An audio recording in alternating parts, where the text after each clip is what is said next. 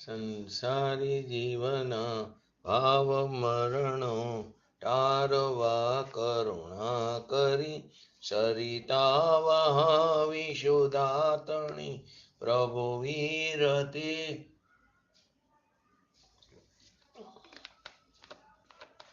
સંજીવની શોષાતી દેખી સરિતને કરુણાભિનારદયે કરી મુનિકુંદ સંજીવની સમય પ્રાવત તણે ભાજન ભરી કુંદ કુંદ રચ્યું શાસ્ત્ર સાથિયા અમૃતે પુર્યા ગ્રંથાધિરાજ તારામાં ભાવો બ્રહ્માંડના ભર્યા અહો વાણી તારી પ્રશમ રષભા વિનિતરતી મુમુક્ષુને પાતી અમૃત રસ અંજલિ ભરી ભરી અનાદિની મૂર્છા વિષતણી ત્વરા થી ઉતરતી વિભાવેતી થંભે સ્વરૂપ ભણી દોડે પરિણતિ તું છે નિશ્ચય ગ્રંથ ભંગ સગરા વ્યવહારના ભેદવા તું પ્રજ્ઞાશિણી જ્ઞાનને ઉદયની સંદેશ છેદવા સાથી સાધકનો તુમાનો જગનો સંદેશ મહાવીરનો વિષામો ભવક્લાંતના હૃદયનું તું પંથ મુક્તિ તણો શોણે તને રશને બાંધ શિથિલતાય જાણે તને હૃદય જ્ઞાની તણા જણાય તું રૂચતા જગતની રુચિયારસે સૌ તોરી જતા સકલ જ્ઞાયક દેવરીજે બનાવો પત્ર કુંદનના રત્નોના અક્ષરો લખી તથાપી કુંદ સૂત્રોના અંકાએ મૂલ્યના કદી તથાપી કાનવાણીના અંકાએ મૂલ્યના કદી નમો લિંગટણં નમો સિદ્ધણં નમો હૈરણં નમો ઓજણં નમો લોહે સવસાવણં ચતારી મંગલમ અરિહંતા મંગલમ સિદ્ધા મંગલમ શાહો મંગલમ કેવલી પંતો ધમો મંગલમ ચતારી લોગોટમા અરિહંતા લોગોટમા સિદ્ધા લોગોટમા શાહો લોગોટમા કેવલી પંતો ધમો લોગોટમા ચતારી શરણ ભજામી અરિહંતે શરણ ભજામી સિદ્ધે શરણ ભજામી સાહો શરણ ભજામી કેવલી પંતો ધમો શરણ ભજામી ઓમ નમો અરિહંતાણમ.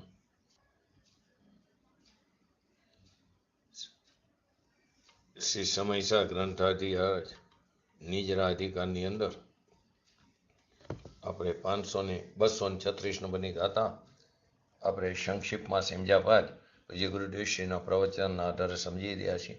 તો પહેલા એનું હરિગીત જોઈ લઈએ. 236 નંબરની ગાથાનું. ચિન્નમૂર્તિ મરથ પંથમાં વિદ્યારથારૂઢ ભૂમતો તેજીન જ્ઞાન પ્રભાવ કર સંકિત દ્રષ્ટિ જાણો. શીન મૂર્તિ મનરથ પંથમાં વિદ્યારથારૂઢ ભૂમતો તેજીન જ્ઞાન પ્રભાવ કર સંકિત દ્રષ્ટિ જાણો. કે જે ચેતે તા વિદ્યારૂપી રથમાં આરૂઢ થયો ઠકો મનરૂપી રથ પંથમાં જે ભ્રમણ કરે છે તે જીનેન્દ્ર ભગવાનના જ્ઞાનની પ્રભાવના કરનાર અર્થાત પ્રભાવના અંગનો ધારી સંકિત જાણવો સમ્યક દ્રષ્ટિ જાણવો. એમાં આપણે છેલ્લે સમસ્ત શક્તિ જ્ઞાનની સમસ્ત શક્તિ એટલે કે આત્માની, કે જે જ્ઞાયકમયપણે વર્તે છે એની અંદર અનંત ગુણો છે, અનંત શક્તિઓ છે. એને જ્યાં અંતરમાં અનુભવ થઈને પ્રતીતને રમણતા થઈ, હવે તે અનંત શક્તિઓમાંથી એને વિશેષ પ્રગટ કરવી, વિશેષ પ્રગટ કરવા એનું નામ પ્રભાવના કહેવામાં આવ્યું. આ નિશ્ચય પ્રભાવનાની વ્યાખ્યા. પ્રગટ કરવા, વિકસાવવું, ફેલાવવું, ઉદ્યોત કરવું.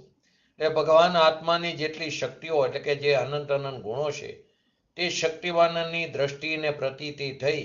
હવે એ પ્રતીતિ વાળો જીવ જે અનંતી જે શક્તિ છે એને પર્યાયમાં પ્રગટ કરવાની ભાવના, પર્યાયમાં પ્રગટ કરવાની ભાવના એટલે કે પ્રગટ કરે છે, એટલે કે એને વિકસાવે છે, ફેલાવે છે, એટલે કે શુદ્ધિ કરે છે, ઉત્પન્ન કરે છે ને શુદ્ધિની વૃદ્ધિ કરે છે.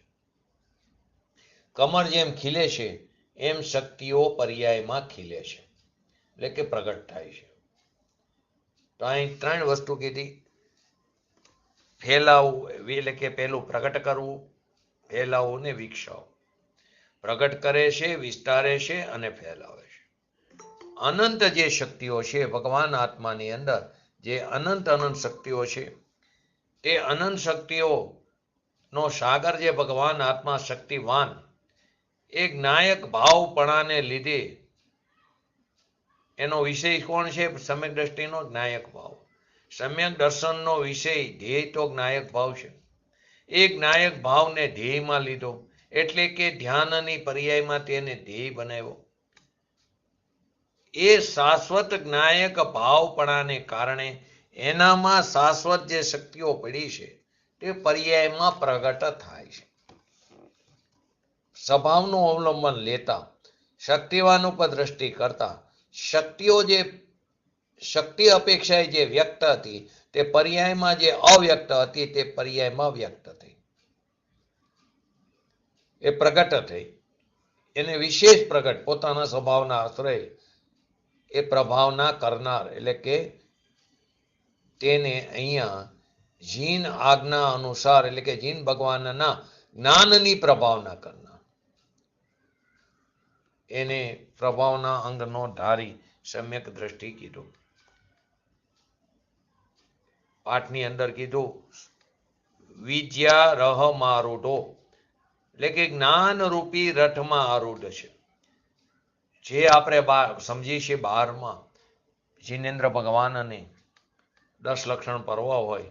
ધારો કે આજ મહાવીર જયંતિ છે, ખરેખર મહાવીર જન્મ કલ્યાણક છે. તો એ મહાવીર જન્મ કલ્યાણકના દિવસે પણ, કેમ કે આ કાળમાં આ ઓલામાં આ છેલ્લા હતા, એમનું શાસન કહેવાય છેલ્લા હતા, એટલે એવા મહાવીર સ્વામી ભગવાનનો આ જન્મ કલ્યાણક દિવસ છે.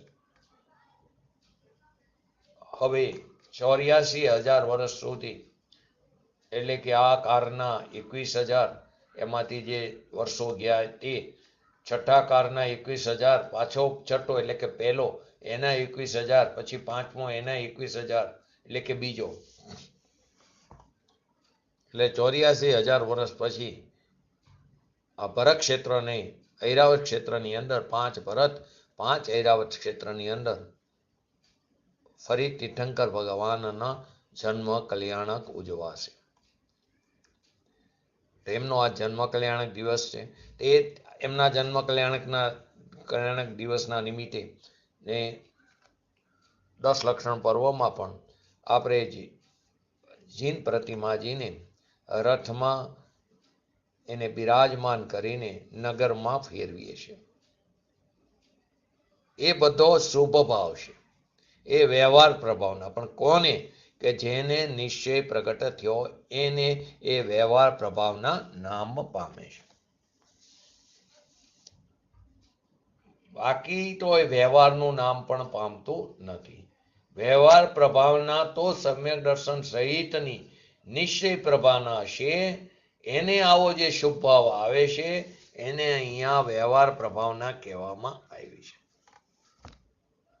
બાકી તો એ ધર્મનું નામ પણ પામતો નથી. એ તો પુણ્ય છે, બંધનું કારણ છે. ધર્મ તો આત્મધર્મ છે. પૂજા કરવી, ભક્તિ કરવી એ ધર્મ નથી, એ આત્મધર્મ નથી. એ આવે રસ્તામાં એ સહચર સ્વભાવ, પરંતુ તે આત્મધર્મ નથી. છેલ્લે આપણે ગયા સ્વાધ્યાયમાં લીધું તો ઘણા લોકો એમ માની દિગંબર મતમાં પણ નગ્ન દિગંબરપણું ધારણ કર્યું તો કે એ ધર્મ નથી.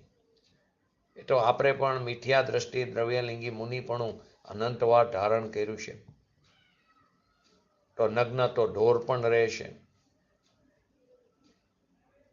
પરંતુ અંદરમાં રાગના વિકલ્પની દશાથી રહિત, અંદરથી પણ નિર્વિકલ્પ દશા, એટલે કે અંદરથી પણ નગ્ન અને બહારથી પણ નગ્ન. તો કે અંદરમાં રાગની અને વિકલ્પની વસ્ત્રની દશા એને છોડીને નિર્વિકલ્પ આનંદનો અનુભવ કરે અને અનુભવમાં વિશેષ સ્થિરતા જામે, એને અહીંયા મુનિ કહેવામાં આવ્યા છે. પછી એને રાગનો વિકલ્પ હોય, ભૂમિકા અનુસાર હોય છે. પઠન પાઠનનો વિકલ્પ હોય, 5 મહાવ્રતનો, 5 સમિતિનો, 3 ગુપ્તીનો, જીનેન્દ્ર ભગવાનના દર્શન કરવાનો, 12 ભાવનાનો, ચિંતન કરવા આદિનો એ વિકલ્પ હોય છે. એ વ્યવહાર કહેવાય છે. ધર્મના લોભીઓને શુભરાગ આવ્યો એને સમજાવવા માટે પણ ભાવ આવે, પણ એ છે બધું પુણ્યબંધનું કારણ. એને રસ્તામાં આવો અશુભથી બચવા માટે સહચર સ્વભાવ આવ્યો, આત્મામાંથી ચ્યુત થયા, પરિણીતિ શુદ્ધ હોય પણ શુદ્ધ ઉપયોગ ન રહ્યો હોય, શુભ ઉપયોગ આવ્યો હોય ભૂમિકા અનુસાર, તો એવા આવા સ્વભાવ આવે છે, પણ એ છે બધું પુણ્યબંધનું કારણ. તો આત્માની અંદર અનંત અનંત શક્તિઓ છે. એ બધી શક્તિઓને પ્રતીતિ લઈને, એ બધી શક્તિઓને પ્રતીતમાં, જ્ઞાનમાં, અનુભવમાં લીધી, પણ હવે તો વિશેષ પ્રગટ, એટલે કે શક્તિઓને પર્યાયમાં વિકસાવે છે, ફેલાવે છે. જેવી રીતે પાણીમાં ચણાને પલારો, પાણીની અંદર ચણાને પલારો તે પોલો પોઢો થાય, પરંતુ એનો તોલ વધતો નથી. જેટલો એક ચણાનો તોલ છે એટલો એને પાણીમાં નાખ્યો હોય, પોઢાનો તોલ પણ એટલો જ થાય. બીજી રીતે દૂધની વાત કરી પૂજ્ય ગુરુદેવ છે. દૂધ આપણે સવારમાં ગરમ કરી તેમાં ઉભરો આવે, ઉફારો આવે, તેના કારણે એનો અર્થ એવો છે દૂધ વધી ગયું? એ તો જેટલું છે એટલું જ છે, ફક્ત એ ઉફારો માર્યો છે, ઉભરો આવ્યો છે. તો અહીં અનંત શક્તિનો જે ભગવાન આત્મા જે છે એની અંદર જેટલી શક્તિ છે, શક્તિ તો તેટલી જ છે, પરંતુ પર્યાયમાં તેનો પ્રગટપણું થયું છે. કોને? કે જેને પોતાનો ભગવાન આત્મા જે વજ્ર બીમ એનો જેને દ્રષ્ટિને અનુભવ થયો છે, એને વિકસાવવાનો પ્રયત્ન કરે છે શક્તિને, એટલે કે પર્યાયમાં ફેલાવે છે, વિસ્તારે છે. એને અહીંયા પ્રભાવ ના કીધું. પ્રગટ કરવું, વિકસાવવું અથવા તો ફેલાવવું. પ્રબોધેન, સમસ્ત શક્તિ પ્રબોધેન. બોધ સ્વરૂપ ભગવાન આત્મા જે અનંત શક્તિ સ્વરૂપ છે એની પ્રતીતિ અનુભવમાં થઈ છે. એ જીવ પ્રબોધ, એટલે કે જેટલી શક્તિઓ છે એને વધારવું, પ્રગટ કરવું, એને અહીંયા નિશ્ચય પ્રભાવના કહેવામાં આવ્યું છે. સાચી પ્રભાવના આને કહેવામાં આવ્યું કે ભગવાન અંદર ગુણનો વિકાસ કરે. શક્તિઓનો સાગર ભગવાન આત્મા એમાં એકાગ્ર થઈને શક્તિઓને વિકસાવે, ફેલાવે, તેને અહીંયા પરમાત્મા પ્રભાવના કીધી. પ્રભાવના ઉત્પન્ન કરતો હોવાથી, એટલે કે પ્રગટ કરવું, વિકસાવવું અને ફેલાવા વડે પ્રભાવ ઉત્પન્ન કરતો હોવાથી, પ્રભાવ એટલે વિશેષ ભાવ, નામ શક્તિને ઉત્પન્ન કરતો હોવાથી. કોની વાત છે? જેને નિશ્ચય પ્રગટ થયો હોય એની વાત છે. જ્યાં નિશ્ચય નથી ત્યાં તો વ્યવહાર નથી. નિશ્ચય હોય એને આવો વ્યવહાર વિકલ્પ આવે છે. તો પ્રભાવ ઉત્પન્ન કરતો હોવાથી, એટલે કે પ્રભાવના કરનાર છે. પણ જેણે આત્મા કોણ છે જાણ્યોય નથી, એને શક્તિઓને પ્રગટ કરવાનું ક્યાંથી હોય? જેને આત્મજ્ઞાન જ અંદરથી થયું નથી એને આ વિકસાવવાનો પ્રસંગ જ ક્યાં છે? એ તો ખરેખર રાગને અને પુણ્યને વિકસાવે છે.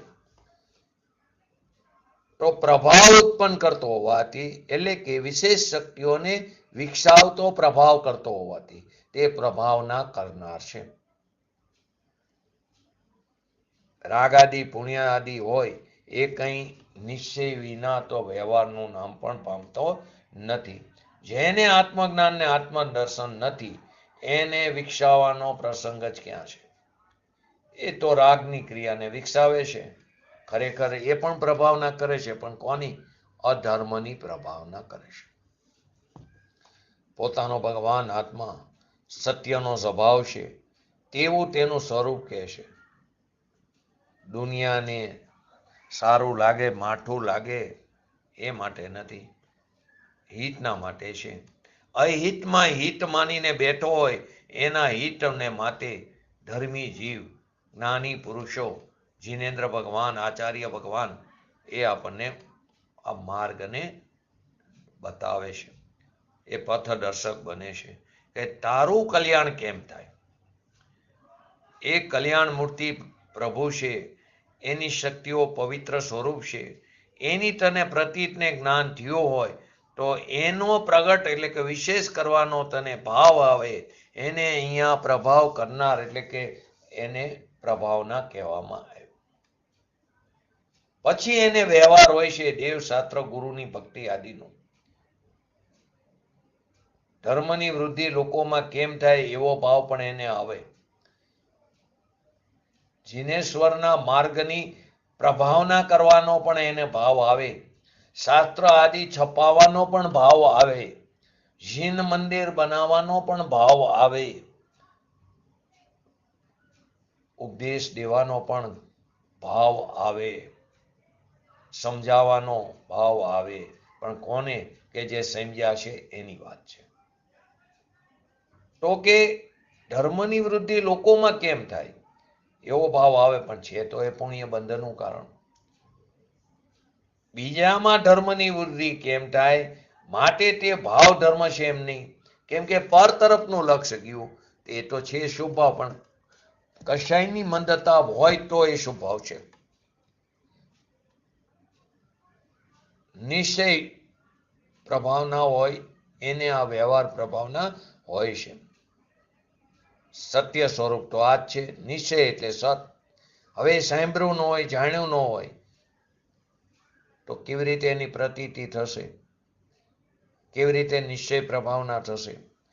આપણે સાંભળ્યું ન હોય, જાણ્યું ન હોય માટે સત્ય કંઈ અસત્ય થતું નથી. પૂજ્ય ગુરુદેવશ્રીના પ્રવચનમાં ઘણી વાર આવે છે. તને નરકના દુઃખો યાદ ન હોય એનો અર્થ એમ નથી કે તું ભોગવીને ન આવ્યો. તને જન્મ પછીના શરૂઆતના દિવસો, વર્ષો યાદ ન હોય એનો અર્થ એમ નથી કે તે આ બધી ક્રિયાઓ ન કરી હોય.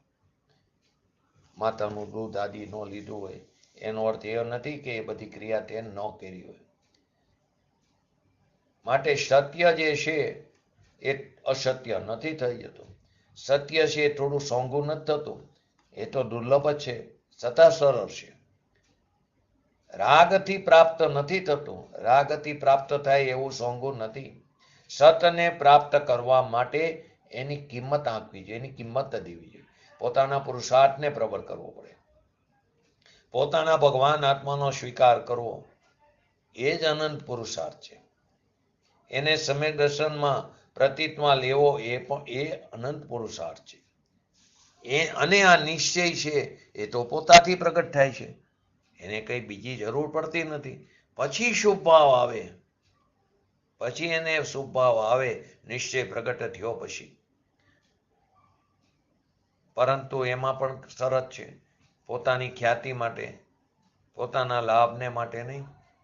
ઘણાને પ્રશંસા માટે કે હું આટલું સારું સમજું છું, ક્યું કે એને શાસ્ત્રના કથનો ખ્યાલમાં આવી જાય, શૈલી ખ્યાલમાં આવી જાય અને હું લોકોને સમજાવું તો મારી પ્રશંસા થાય, મારી ખ્યાતિ થાય, મારી પ્રસિદ્ધિ થાય, મને લોકો ઓળખે, એવા જે ભાવ આવે એ ભાવ તો શોભે નથી. એને તો પોતાની શક્તિની વૃદ્ધિ થઈ છે, કરે છે, માટે બીજાને પણ કેમ થાય એવો એને વિકલ્પ આવે, પણ એ વિકલ્પ છે તો એના માટે પુણ્ય બંધનનું કારણ. એ નિશ્ચય પ્રભાવના નથી. નિશ્ચય પ્રભાવના ધર્મની પરિણીતિ છે, શુદ્ધ પરિણીતિ. અને જે વ્યવહાર પ્રભાવના છે, અંદર ભાવ થવો શુભ ભાવ, પરંતુ નિશ્ચય સહિત થવો એની વાત છે. પ્રભાવ ઉત્પન્ન કરતો હોવાથી, પ્રભાવ પર્યાયમાં એટલે કે પ્રગટ કરતો હોવાથી, આત્મામાં અનંત શક્તિઓ છે, તેને પર્યાયમાં એને વિશેષ પ્રગટ કરતો હોવાથી તેને પ્રભાવના કરનારો કહેવામાં આવ્યો. તેથી તેને જ્ઞાનની પ્રભાવનાના અપકર્ષથી, એટલે કે આત્માની જે શક્તિઓનો વિકાસ થયો, તેથી તેને વિકાસ ન થવાનો જે ભાવ, એનાથી જે બંધ થતો હતો તે બંધ ન થતો. એને જ્ઞાનની પ્રભાવનાના અપકર્ષથી કીધું. કેમ કે એની અંદર અનંત શક્તિઓનો વિકાસ થયો છે, તેથી તેને વિકાસ ન થવાથી જે ભાવ, વિકાસ ન થવાનો જે ભાવ હતો, એનાથી જે બંધ થતો હતો તે બંધ નથી. કેમ તો કે એને પોતાના ભગવાન આત્માને, નાયક ભાવને પ્રતીતિમાં લીધો, એના ઉપર દ્રષ્ટિ કરી. અનંત જ્ઞાન ગુણની શક્તિને વિકસાવતો હોવાથી તેની પ્રભાવનાના અપકર્ષથી તેનું જે હીણાપણું થવું, વિરોધ, એ એને નથી. તેથી તેને જ્ઞાનની પ્રભાવના નહીં વધારવાથી થતો બંધ નથી. કેમ કે જ્ઞાનની પ્રભાવના પોતે અંદરમાં વધારે છે પોતાથી. એને જ્ઞાનની પ્રભાવના નહીં વધારવાથી થતો બંધ નથી, પરંતુ તેને નિજરાજ છે. જે જરીક વિકલ્પ શુભાદી આવ્યો તો અહીંયા શક્તિની પ્રભાવના પ્રગટ કરે છે, તેથી તેને તે ખરીને નિજરી જાય છે. શુભ ભાવ આવે છે, એનું પુણ્ય બંધાય છે, પણ એ વાત અહીંયા નથી લીધી. દ્રષ્ટિનું જોર બતાવ્યું છે, એ ખરી જાય છે. એટલે કે વિશેષ પ્રગટ કરવું, ઉદ્યોત કરવો, વિકસાવો, ફેલાવો માટે જે પોતાના જ્ઞાનને નિરંતર અભ્યાસથી પ્રગટ કરે છે. નિરંતર પોતે પોતાનો જે આત્મા છે, ભગવાન આત્મા, રાગ, શરીર, કર્મ આદિ એ કંઈ પોતાનો નથી. સ્ત્રી, કુટુંબ, કબીલા તો બહુ દૂરની વસ્તુ રહી. અને પર્યાય જેટલોય આત્મા, પર્યાય જેટલોય પોતાનો આત્મા નથી.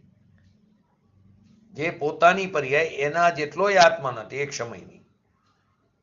પોતાના આત્માને નિરંતર અભ્યાસથી પ્રગટ કરે. એટલે કે એની અંદર જે અનંત અનંત ગુણો, અનંત અનંત શક્તિઓને પર્યાયમાં એકાકારના અભ્યાસથી પ્રગટ કરે છે. એટલે કે સતત તેના ઉપર દ્રષ્ટિ કરીને પોતાના સ્વસન્મુખ પુરુષાર્થના જોરે પર્યાયને એકાકાર, એટલે કે તેના તરફ દ્રષ્ટિ કરીને, પર્યાયને દ્રવ્ય તરફ વારીને, પર્યાયને દ્રવ્ય તરફ ધારીને, દ્રવ્ય અને પર્યાયનું સંધિપણું કરીને, જેવું દ્રવ્ય છે તેવી પર્યાયમાં તેની રચના કરીને પર્યાયમાં એકાકારના અભ્યાસથી તે પ્રગટ કરે છે. કંઈ શાસ્ત્ર અભ્યાસની વાત નથી. એનો અર્થ એવો નથી કે ન કરવો. જ્યાં સુધી સ્વભાવની પ્રાપ્તિ નથી થતી તો ત્યાં સુધી અશુભથી બચવા અથવા તો તત્વની વાતને સમજવા માટે શાસ્ત્ર અભ્યાસ જરૂરી છે, પરંતુ ત્યાં પણ અપેક્ષા સમજવી જરૂરી છે, નહીંતર શાસ્ત્રને શસ્ત્ર બનતા વાર નહીં લાગે. પોતાનો જે ભગવાન આત્મા, તેનો એકાગ્રતાનો અભ્યાસ નિરંતર, એ નિરંતર આત્માના અભ્યાસથી પ્રગટ કરે છે. એટલે કે એકાગ્રતાથી પ્રગટ કરે, વધારે છે. શુદ્ધિની પર્યાય છે, એનાથી વધારે શુદ્ધિની વૃદ્ધિ કરે છે. લોકોને એમ લાગે આ તો સંગઠનનો નિશ્ચયાભાસ છે, વ્યવહારની તો કંઈ વાત આવતી નથી, વ્યવહાર કરી તો કંઈક થાય, એવી તો કંઈ વાત આવતી નથી. વ્યવહાર કરે તો થાય, પુણ્યનો બંધ પડે. એ પણ સંસાર છે, બંધનું કારણ છે. દયા દાન વ્રતના ભાવ પરિણામ એ સંસાર છે. ને ભગવાન આત્મા છે એ સંસાર સ્વરૂપથી રહિત છે. તો પ્રશ્ન થાય, દ્રવ્ય રહિત છે એ તો બરાબર, પર્યાયમાં તો છે ને. તો કે દ્રવ્યમાં નથી એ જ વસ્તુમાં નથી. એ જ એટલે કે વસ્તુમાં નથી, દ્રવ્યમાં નથી એટલે કે વસ્તુમાં નથી. એની અંદર સંસાર છે જ નહીં, પર્યાય એમાં નથી, તો વળી સંસારના રાગની વાત ક્યાં કરવી? બહારના સંસારની તો વાત જ નથી, સ્ત્રી કુટુંબ કબીલાદી. પર્યાયની અશુદ્ધતા એનું નામ ખરેખર સંસાર છે, પર્યાયની શુદ્ધતા એનું નામ મોક્ષ છે. પણ દ્રવ્ય તો બંનેથી રહિત હશે. પર્યાય એમાં નથી, કેમ કે પર્યાય એક સમયની છે, ક્ષણિક છે, બીજા સમયે તેનો વ્યય થઈ જશે. તો જેનો વ્યય થાય એનાથી સદભાવ એટલે કે દ્રવ્યની પ્રાપ્તિ કેવી રીતે થાય? દ્રવ્ય તો એનો નાશ થશે, દ્રવ્યનો નાશ થશે. તો પર્યાય તો એમાં નથી. પર્યાય નથી તો સંસારના રાગની વાત ક્યાંથી કરવી? છતાં પણ નિર્ણય પર્યાયમાં થાય છે, વેદન પર્યાયમાં થાય છે, દ્રવ્ય સ્વભાવનું અવલંબન બધું જે કંઈ થાય એ પર્યાયમાં થાય. પરંતુ દ્રવ્ય અને પર્યાયનું અભેદપણું એટલે કે એકમેકપણું થાય છે.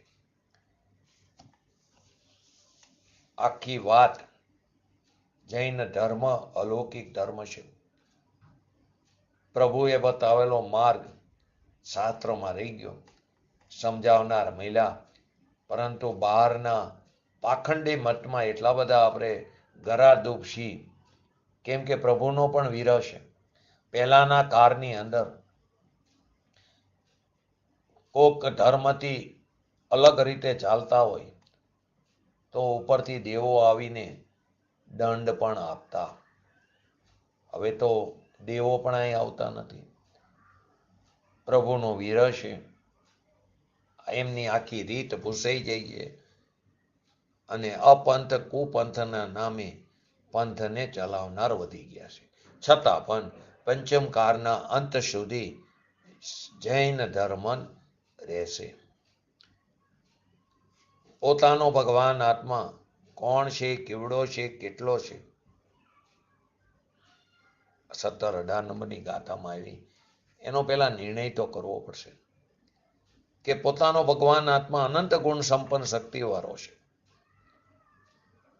પોતાનો ભગવાન આત્મા અનંત શક્તિઓ સ્વભાવ જે ત્રિકારી છે એની વાત છે. એવી જેને પ્રભાવના અંગ હોય છે તેને અપ્રભાવના કૃત કર્મ બંધ નથી. એટલે કે અપ્રભાવના નામ શક્તિનો વધારે નહીં પણ હીણી કરવાનો ભાવ હતો, તેનાથી જે બંધ થતો હતો એ બંધ એને નથી.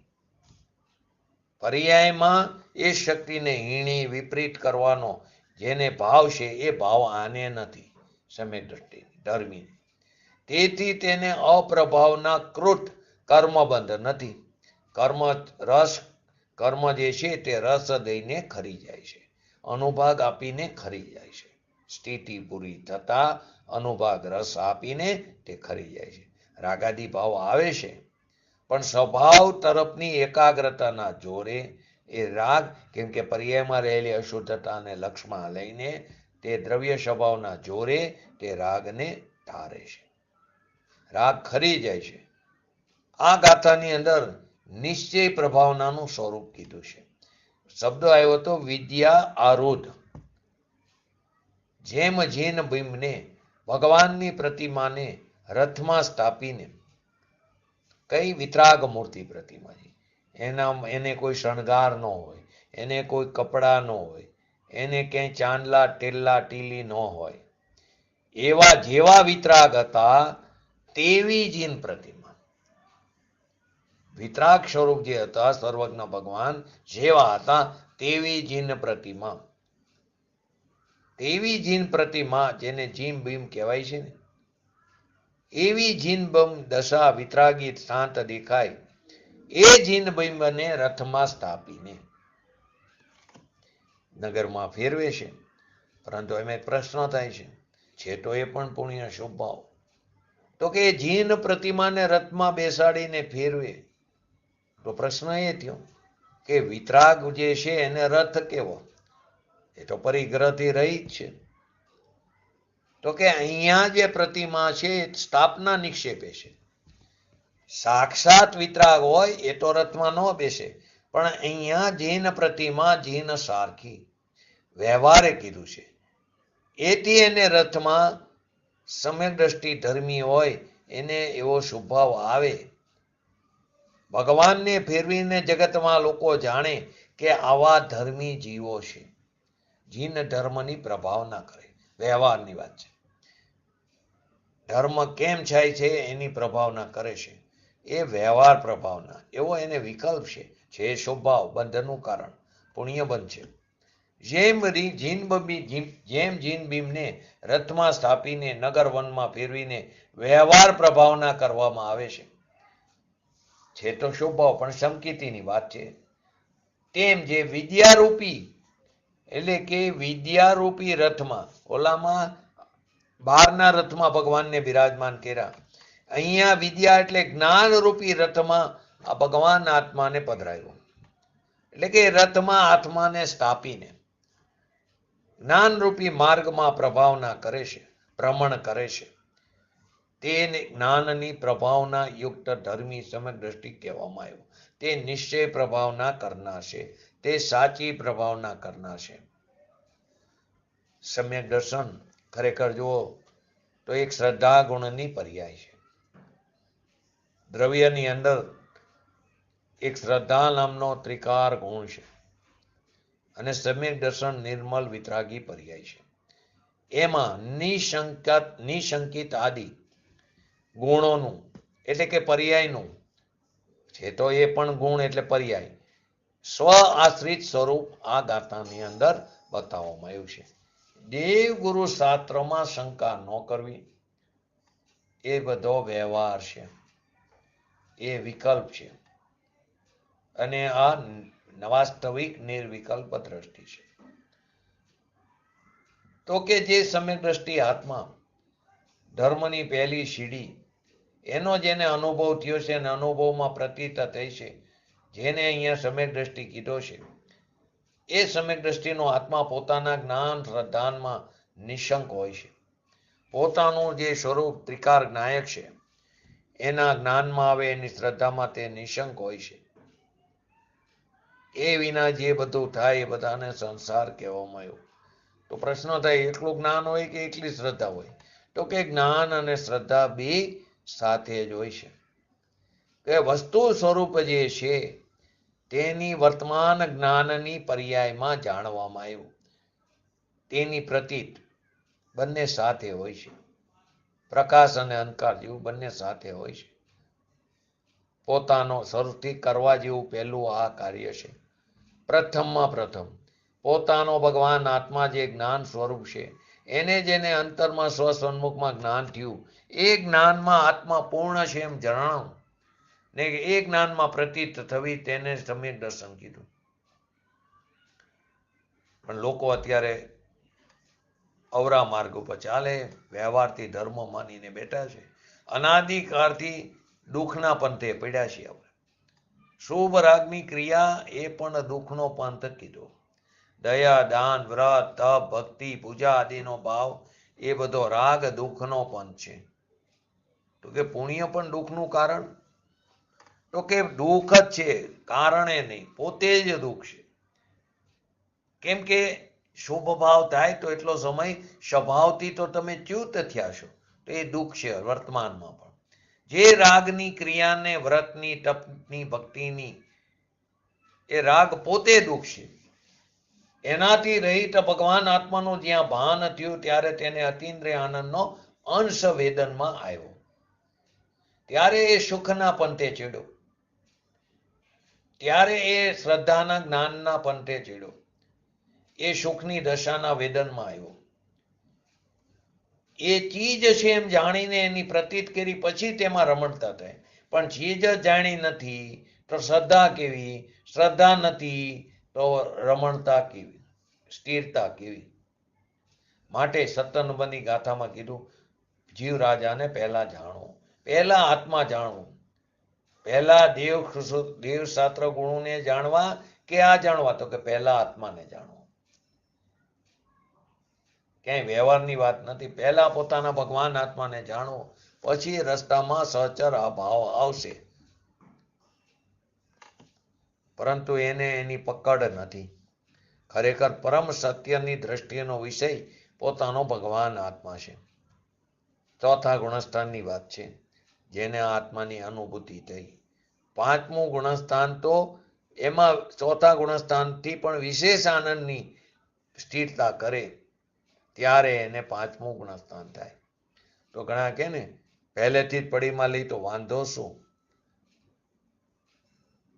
તો કે એ રાગ છે પડીમાં, એ દુઃખને અંગીકાર કર્યા છે. સમ્યક દર્શન સહિત પછીની પડીમાં એ પણ શુભ ભાવ છે, બંધનનું કારણ છે. પૂજ્ય ગુરુદેવશ્રીના સમયમાં આવ્યા હતા એક ભાઈ, અમે તો આટલી પડીમાંના ધારક છીએ, અમે આ છીએ તે છે, આત્માનું ભાન ન મળે તો પડીમાં કેવી રીતે? મહાવ્રતને પણ જ્યારે મહાવ્રતના પરિણામને પણ દુઃખરૂપ કીધા, આત્માના ભાન વગર. અને આત્માના ભાન સહિત મહાવ્રતનો પરિણામ એ પણ શુભભાવ કીધો, એ પણ દુઃખ છે, બંધનું કારણ છે. મુનિવ્રત ધાર અનંત બેર ગ્રેવ્યક ઉપજાયો, પણ આત્મજ્ઞાન લેશ સુખ નો પાયો. એટલે કે આત્મજ્ઞાન વિના મહાવ્રતના પરિણામ અને આત્મજ્ઞાન સહિત પણ મહાવ્રતના પરિણામ તે છે તો દુઃખને આશરો. તો કે અજ્ઞાનીના વ્રત હોય કે જ્ઞાનીના હોય, એના અજ્ઞાનીના વ્રતનો વિકલ્પ એ આશ્રવ છે. તત્વસૂત્રની અંદર બતાવ્યું છે, આશ્રવ અધિકારમાં અણુવ્રતને મહાવ્રત એ આશ્રવ છે. અહીંયા તો પોતાનો ભગવાન આત્મા જે પરમેશ્વર એની સન્મુખ થઈને, એનું જ્ઞાન થઈને તેમાં પ્રતીત થવી અને તેની પ્રતીતમાં તેને નિશંકતા થવી. જે પોતાનો આત્મા એના જ્ઞાન અને શ્રદ્ધાનમાં નિશંક હોય અને ભયના નિમિત્તે સ્વરૂપથી ડગે નહીં. જેણે વજ્રનો બિંબ ભગવાને પકડ્યો આત્માએ, હવે ભયના નિમિત્તે સ્વરૂપથી ડગે નહીં. દુનિયાનો બધો ભય નીકળી ગયો. એ સંદેહયુક્ત ન હોય. કોણ? કે જેને અંતર અનુભવ થયો છે તે. એ સમ્યક દ્રષ્ટિ નિસંદેહયુક્ત હો, સંદેહ રહિત છે, સંદેહયુક્ત ન હોય. તેને નિશંકિત ગુણ હોય છે, એટલે કે પર્યાય. વિતરાગી પર્યાય, નિશંકિત એને હોય છે. બીજું, જે કર્મના ફળની વાંછા ન કરે.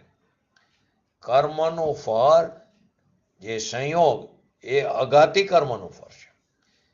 કર્મનું ફળ જે સંયોગ આદિ મળે એ અઘાતીનું ફળ સંયોગ મળે અને ઘાતીનું ફળ રાગ મળે. એક કર્મના ફળની વાંછા ન કરે, રાગની પણ અને સંયોગની પણ.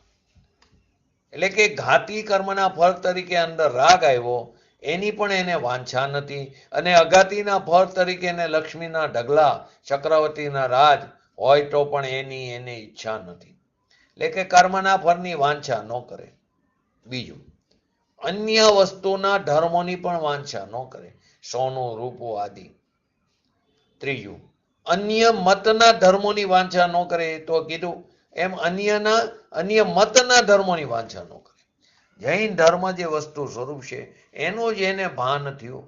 એ અન્ય મતીના મોટા આડંબર દેખે, કા એમાં તો લાખો માણસો, કરોડો માણસો જાય છે. તો આપણો ધર્મ બરાબર હશે કે એ ધર્મ બરાબર હશે? સંખ્યાથી મૂલ્યાંકન સત્યનું થતું નથી. તો અન્ય મતીના મોટા આડંબર દેખે, લોકો આદર કરતા એને દેખે, એથી એને વાંછા નથી કે આવું કંઈક હશે. એ આ બધું પાખંડ છે.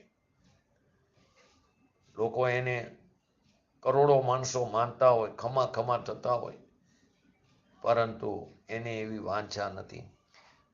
સમકીતી ધર્મી હોય, એનો કોઈ આદર પણ કરતો ન હોય અને ઓલાનો મિથ્યા દ્રષ્ટિનો આદર કરતા દેખાય. સમકીર્તિ ધર્મીનું સામે પણ કોઈ જોતું ન હોય, પરંતુ અહીંયા કે છે સમકીર્તિ અન્ય વસ્તુના ધર્મોની વાંચા ન કરે અને અન્ય ધર્મ પ્રત્યેની પણ, એટલે કે અન્ય મતના ધર્મની પણ વાંચા ન કરે, તેને નિકાંક્ષિત ગુણ કહેવામાં આવ્યો. ત્રીજું, જે વસ્તુના ધર્મો પ્રત્યે ગ્લાનિ ન કરે, દુર્ગંછા ન કરે. કૂતરા મરેલા પડ્યા હોય, મીંડડા પડ્યા હોય, કૂતરા મરેલા રસ્તામાં પડ્યા હોય, મીંડડી અંદર રસ્તામાં મરેલી પડી હોય, એને જોઈને, સડેલું જોઈને ગ્લાનિ ન થાય. હાઈવે ઉપર નીકળો, ગાડી લઈને જતા હોય તો કૂતરા રસ્તામાં મરેલા હોય, એના ઉપર કેટલા વાહનો ચાલીને નીકળી ગયા હોય, તો માંસ એક બાજુ આખો રોડ ઉપર પડેલું હોય, પણ એ જોઈને પણ ગ્લાનિ નહીં. એ મુનિરાજ ધર્માત્મા સંત હોય સાચા, એના શરીરમાં ગ્લાનિ હોય, એટલે કે રોગ હોય, મેલા શરીર હોય, શરીર ગંધ મારે તો સમકીર્તિ ગ્લાનિ ન કરે. આગળ નિકાંક્ષિત ગુણમાં શું કીધું? રાગ ન કરે. અહીંયા કીધું ગ્લાનિ ન કરે એટલે દ્વેષ ન કરે. એને અહીંયા નિર્વિચિકિત્સા ગુણ કીધું. જેને જુગુપ્સાનો અભાવ, એવી વિતરાગી પર્યાયનો ભાવ હોય છે. કોને? કે જેને સ્વનો આશ્રય લીધો છે. સ્વના આશ્રય જેને સમ્યક દર્શન પ્રકટ થયું છે, એને પરમાં કોઈ જાતની ગ્લાનિ કે પરની ઈચ્છા કે વાંછા હોતી નથી. પોતાના ભગવાન આત્માનું ભાન થયું, એમાં હવે રમવા માટેની ભાવનાઓ હોય છે. સ્વરૂપમાં રમવું, એનું નામ તો ચારિત્ર કીધું. ચરવું, રમવું, જમવું, કોઈ ક્રિયાકાંડ, મહાવ્રત આદિ એ ચારિત્ર નથી. વસ્તુ જેવી છે તેવી જાણી માનીને એમાં ઠરવું, એનું નામ જ્ઞાન, શ્રદ્ધા અને ચારિત્ર કીધું. પછી આગળનું પાંચમું, કે જે સ્વરૂપમાં મૂઢ ન હોય, જે સ્વરૂપમાં મૂંઝાય નહીં, કે મારું વસ્તુ સ્વરૂપ આવું છે, મારી ચીજ આવી છે અને હું સ્થિર થઈ શકતો નથી, તો કે મારામાં ભ્રમણા હશે, એમ મૂંઝાય નહીં. સમકીર્તિને અતિન્દ્રિય આનંદનું વેદન આવે ત્યારે જેને સમકીર્તિ કીધો છે, એવા આનંદના સ્વાદમાં બીજી કોઈ ચીજમાં એની મૂઢતા ન હોય. એને સ્વરૂપને યથાર્થ સ્વરૂપે જાણે. જેવી રીતે સ્વરૂપની સ્થિતિ છે તે રીતે જાણે, એનાથી અધિક નહીં, વિપરીત નહીં ને ઓછું પણ નહીં. એનાથી આગળનું ગુણ, કે જે આત્માને શુદ્ધ સ્વરૂપમાં જોડે, એટલે કે આત્માની શક્તિને વધારે અને અન્ય ધર્મોને ગૌણ કરે, રાગાદીને ગૌણ કરે અને સ્વરૂપની સ્થિરતાને વધારે. પોતાની અંદર જે અનંત જ્ઞાન, દર્શન આદિ અનંત શક્તિઓ છે, એની શક્તિને સમગ્ર દ્રષ્ટિ વધારતો જાય ને રાગને ઘટાડતો જાય. રાગને ઘટાડતો જાય અને શક્તિને વધારતો જાય, એટલે કે રાગને ઘટાડતો જાય તે ઉપગુહન કીધું, અને શક્તિને વધારતો જાય તેને ઉપબ્રોહણ કીધું. ઉપગોહનમાં રાગને ઘટાડવાની વાત આવી, ગૌણ કરતો જાય, અને નિશંક આદિ નિર્મલ પર્યાયને વધારતો જાય, એને ઉપબ્રોહણ કીધું. આ ચોથા ગુણસ્થાનની વાત છે. વિતરાગે કયો તે વિતરાગ સ્વરૂપ ભગવાન આત્મા, એ ભગવાન આત્માના પંથે અંતરમાં પડવું, એનો આશ્રય લઈને એની અંદર રમવું, ચરવું, જમવું, એ ઉપબોહણ એટલે કે પર્યાયને વધારે છે. શક્તિને વ્યક્ત કરવામાં વધારો કરે છે. પર્યાયનો શક્તિની વ્યક્તતા તો અંશે થઈ, પણ હવે સ્વભાવના આશ્રય, દ્રષ્ટિના જોરે એની શક્તિનો વધારો કરે છે. એનું નામ ઉપબ્રહણ કીધું. ઉપગોહન ગુણ છે, ઉપબ્રહણ ગુણ એટલે કે પર્યાય છે. જે સ્વરૂપથી ચ્યુત થતા આત્માને સ્વરૂપમાં સ્થાપે. કોઈ પણ રીતે અંદર કંઈક દુઃખના પરિણામ થઈ જાય તો એને છોડી દે, સ્થિર થઈ જાય, પોતાના સ્વભાવમાં એના આશ્રય એમાં સ્થિર થાય. કેમ કે ભગવાન આત્મા અતિન્દ્રિય આનંદ સ્વરૂપ છે, એનું એને ભાન છે, સ્વાદ ચાખેલો છે. જરી દુઃખના પરિણામ આવે એને છોડે સ્વભાવના આશ્રય અને સ્થિર થાય પોતાના આત્મામાં, તેને સ્થિતિકરણ ગુણ કીધું. જે પોતાના સ્વરૂપ પ્રત્યે વિશેષ અનુરાગ રાખે, એટલે કે એને અનુસરીને પ્રેમ રાખે, જે અતિન્દ્રિય આનંદનો અનુભવ સમ્યક દર્શનમાં થયો છે, તે રુચિને અનુસાર્ય વીર્ય એટલે કે પુરુષાર્થ ત્યાં કામ કરે. એને અહીં વાત્સલ્ય ગુણ કીધો, જે પોતાનો સ્વભાવ પોતાના સ્વરૂપ પ્રત્યે વિશેષ અનુરાગ રાખે, જે આત્માના જ્ઞાન ગુણને પ્રકાશિત કરે. એટલે કે આત્માની અંદર જે અનંત ગુણો છે, જ્ઞાન એટલે અનંત ગુણો જે છે તેને પર્યાયમાં વિશેષ પ્રગટ કરે, જેને આપણે અહીં નિશ્ચય પ્રભાવના કીધી. પોતાના સ્વભાવનો આશ્રય લેતા અનુભવનો અંશ તો આવ્યો, પણ એ વય શક્તિને વિશેષ પ્રભાવના પ્રગટ કરે છે, તેને અહીંયા નિશ્ચય પ્રભાવના કીધી. રાગની મંદતા હોય તો પુણ્યનો બંધ હોય છે. બહારની પ્રભાવના આદિ જીન મંદિરની સ્થાપના કરવી એ પણ વ્યવહાર પ્રભાવના છે, પરંતુ કોને જેને નિશ્ચય ધર્મ પ્રગટ થયો છે એને, નિશ્ચય પ્રભાવના જેને પ્રગટ થઈ છે એને. શાસ્ત્રનો છપાવાનો વિકલ્પ આદિ આવે ધર્મીને, અહીં ધર્મીની અપેક્ષાએ વાત ચાલે છે, તો કે એને પણ અહીંયા વ્યવહારનું નામ પામે છે. કોઈ પૈસા વધારે ખર્ચીને મંદિર મોટું બનાવે, પરંતુ એમાં કશાયની મંદતા હોય તો પુણ્યનો બંધ થશે, પણ એ વ્યવહારનું નામ નથી પામતો. તો નિશ્ચય પ્રભાવના નિશ્ચય પ્રગટ થયો હોય તો વ્યવહારનું નામ પામે છે. તો કે પૂજ્ય ગુરુદેવશ્રીની સમયમાં નૈરોબીમાં જીન મંદિર ની સ્થાપના થઈ, તો ઘણા લોકોએ સાહેબ આપના પ્રભાવે થયું.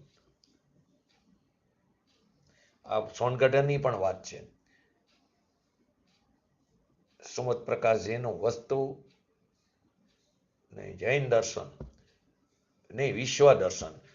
સુમત પ્રકાશજીનું એક નાનું એવું શાસ્ત્ર છે, એમણે પોતે બનાવેલું, લખેલું. એની અંદર છે ગુરુદેવના બધા જે એમના કાર વખતના સંસ્મરણો, કે ત્યાંના લોકો, સોનગઢના લોકો, કે સાહેબ અહીં તો પેલા પાડા બેસતા હતા, પણ આપની પ્રભાવનાથી, આપના પ્રભાવથી અહીં જીન મંદિરના તત્વની પ્રભાવના થાય. તો પૂજ્ય ગુરુદેવે કીધું મારી નહીં, આ પર્યાયનો પ્રતાપ, એ સમયની પર્યાયની એવી લાયકાત હતી. આને સાચા ગુરુ કહેવામાં આવ્યા. નહીં તો ખ્યાતિમાં કે બરાબર છે, પોતે નાના એવું નથી, પણ અંદરથી પ્રશંસા. એમના બદલે જે સત્ય વાત હતી આ સમયે આમ જ થવાનું હતું. તો પૂજ્ય ગુરુદેવશ્રીને કીધું કે આપના પ્રતાપે અહીં જીન મંદિરની સ્થાપના થઈ. એમને કીધું એ પરમાણુની ક્રિયા તે કારે તે થવાની છે, અને તેમાં જેનો રાગ મંદ હોય એ શુભ ભાવ, એ વ્યવહાર પ્રભાવના છે. પણ કોને? કે જેને નિશ્ચય આત્માના ગુણની પ્રભાવના પ્રગટ કરી છે એને વ્યવહાર હોય. આ વિતરાગ માર્ગના એટલે કે અંતરના માર્ગને ચડવાની વાત છે. કુપંથને છોડી આત્માના પંથે ચડવું. તો આત્મા વિતરાગ સ્વરૂપ જ છે. એમાં જે શક્તિઓ અનંત છે તેને ક્ષણે ક્ષણે અંદરમાં વધારવી, તેને અહીંયા પ્રભાવના કીધી. એટલે કે પ્રગટપણે શક્તિઓને વિશેષ પ્રગટ કરવી. તો વ્યવહાર વાળાને જ લાગે આમાં ક્યાંય વાત આવતી જ નથી, પણ પહેલા તો આ જ કરવા જેવું છે. એ વિના વ્યવહારના મીંડા બધા ખોટા છે. આત્માના જ્ઞાન ગુણને પ્રકાશિત કરે, પ્રગટ કરે, એટલે કે આત્માની બધી શક્તિઓને, તેને અહીંયા પ્રભાવના ગુણ કીધો. હવે આ બધા ગુણો તેમના પ્રતિપક્ષી દોષો વડે, એટલે બધા ગુણોના પ્રતિપક્ષી દોષ વડે જે કર્મબંધ થતો હતો તેને થવા દેતા નથી. કેમ કે આ તે ગુણોથી વિરુદ્ધ જે ભાવ એનાથી બંધ થતો હતો એ આ અવિરોધી ગુણને લઈને, કેમ કે વિતરાગતા પ્રગટ થઈ છે, એ અવિરોધી ગુણને લઈને બંધ થતો નથી. એટલે કે આ ગુણોના સદભાવમાં, એટલે કે સમ્યક દર્શનની દશામાં 8 પર્યાય જે પ્રગટી તેની હયાતીમાં ચારિત્ર મોહના ઉદયરૂપ શંકા આદિ પ્રવર્તે. ચારિત્રના ઉદયરૂપી કોઈ શંકા આદિ થાય તો પણ તેની નિજરાજ થઈ જાય છે. કેમ કે આદર નથી ને. આદર તો કોનો? પોતાના ભગવાન આત્માનો છે. પોતાના ભગવાન આત્માનો સ્વીકાર, આદર, સત્કાર આદિ થયો, અંધદ્રષ્ટિમાં થયો, એને ચારિત્ર મોહના ઉદયનો રાગ આવે પણ એ નિજરી જાય છે. બે વાત લીધી કે જે નિશંકા આદિ જે 8 ગુણો છે, નિશંકાદી, એનાથી વિરુદ્ધ દોષોથી બંધ થતો હતો તે બંધ નથી. અને જે ઉદયમાં આવે છે પણ નિજરી જાય છે. જે ભગવાન આત્માના ઓથે પડ્યો છે અંદર, એની વાત છે. એને એના ગુણથી વિરોધ જે દોષો એનાથી બંધ થતો એ તો છે જ નહીં. પણ હવે જ્યારે પૂર્વના કર્મના ઉદયને લઈને જે રાગ આદિ આવે એમાં એને એકત્વ બુદ્ધિ નથી, સ્વામીપણું નથી, એનો આદર નથી. કેમ કે આદર તો પોતાના ભગવાન આત્માનો છે. તેથી તે ઉદયમાં આવીને નિજરી જાય છે. કેમ કે એની અંદર એકત્વ નથી, એનો સ્વીકાર નથી, એનું મમત્વ નથી, એનું માલિકીપણું નથી. તેથી તેમાં રાગ દ્વેષ થતા નથી.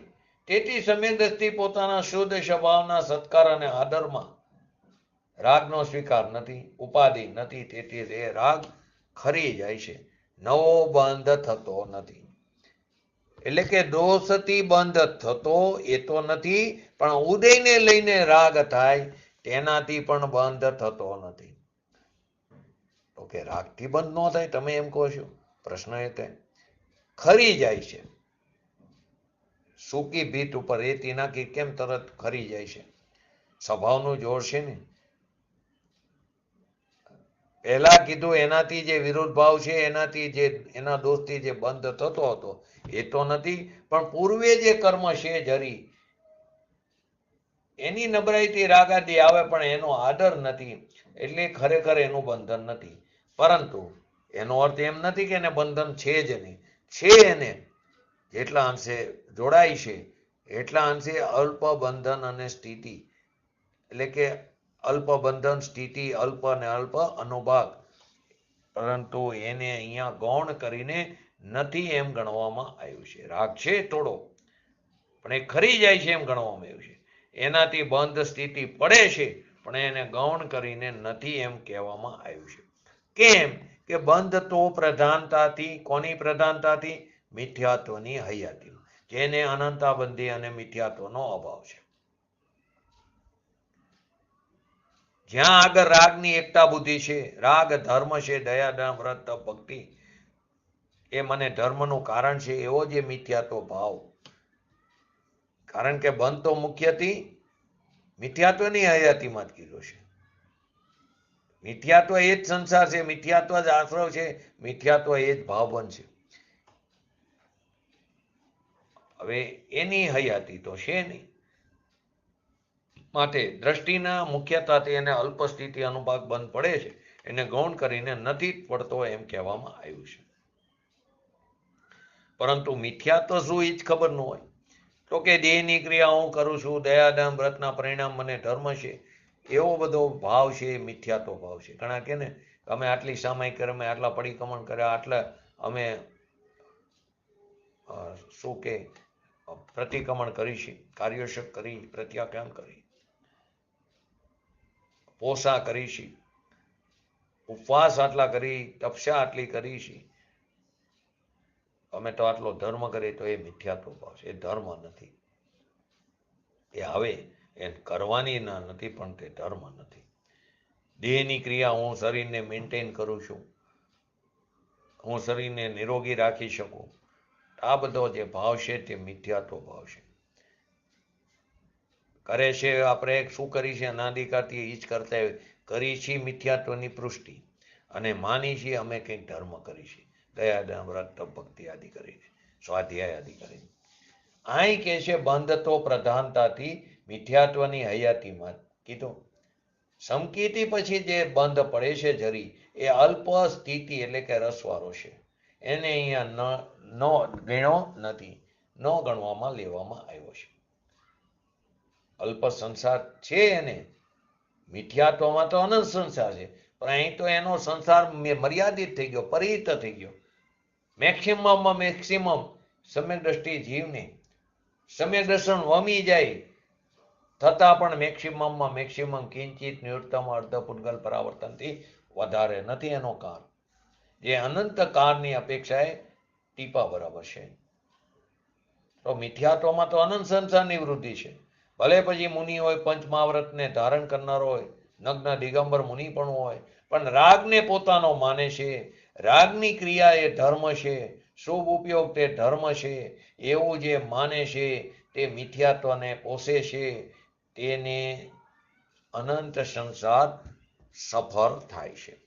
કેમ કે શુભ ઉપયોગ પુણ્ય છે, રાગ છે, ઝેર છે, ત્યાં ધર્મ ક્યાં છે? દ્રષ્ટિની ખબર ન મળે, બાકી આચરણની ક્રિયા કરે. પૂજ્ય ગુરુદેવ છે વારંવાર કહેતા, પોતાના માટે ચોખાનો બનાવેલો હાર લે તો એના વ્યવહારના પણ ઠેકાણા નથી. પ્રશ્ન તો ઘણા બધા થાય પૂજ્ય ગુરુદેવશ્રીને કે રાગને તમે પૂતગલ કીધો, કે પૂતગલના પરિણામ કેમ કીધા? કે નીકળી જાય છે, આત્માનો સ્વભાવ નથી. સ્વભાવ હોય એનો ક્યારે અભાવ ન થાય. પૂતગલ ક્યાંય નહીં છાતી, એ પણ છૂટી જાય છે.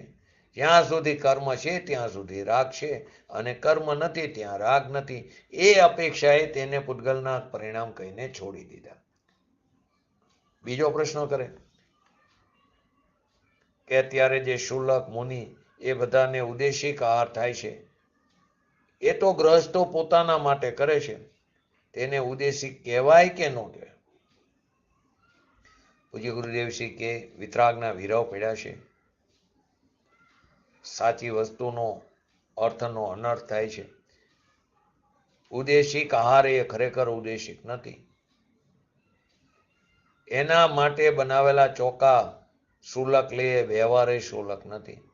હું તો વ્યવહાર નથી દ્રવ્ય લુંગી શુલક પણ કોઈને માનતો નથી, કોઈના અનાદર માટે નહીં. વસ્તુ સ્થિતિ આ છે, કોઈ વ્યક્તિગત માટે નથી. તો કે લોકો એમ કે એ લોકો બનાવે છે ને લે છે, એમાં શું દોષ? પણ લોકો બનાવે છે ને લે છે એ એનું અનુમોદન છે. એને માટે બનાવેલો આહાર આવે, એને ખબર છે કે આ મારા માટે બનાવે છે ને લે છે, તો એ પાપને અનુમોદે છે. ભલે કરતો નથી, કરાવતો નથી, પણ કૃત કારિતને અનુમોદે છે. 9 કોટીમાં અનુમોદન કોટી તૂટી જાય છે, એને એક પણ કોટી ખરેખર રહેતી નથી. નિશ્ચય તો ક્યાં છે જ નહીં. તો અહીંયા કે તે સિદ્ધાંતમાં ગુણસ્થાનોની પરિપાટીમાં ચારિત્રમોના ઉદય નિમિત્તે સમ્યક દ્રષ્ટિને જે બંધ કીધો હતો,